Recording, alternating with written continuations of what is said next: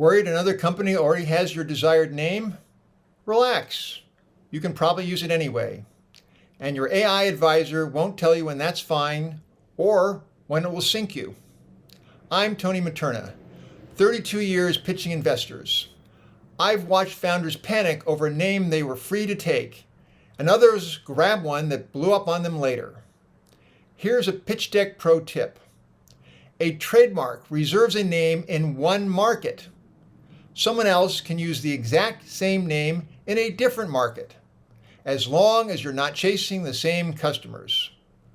The test is confusion. Would a customer mix up which company they're actually buying from? If yes, that's an infringement. If no, you're probably fine. Here's the tricky part. Companies can start in totally separate markets, then evolve into the same one. So before you reutilize a name, look down the road and try and see if they could ever drift into your market. Or could you drift into theirs? Pick wrong and a trademark fight finds you years later, right when you can least afford it.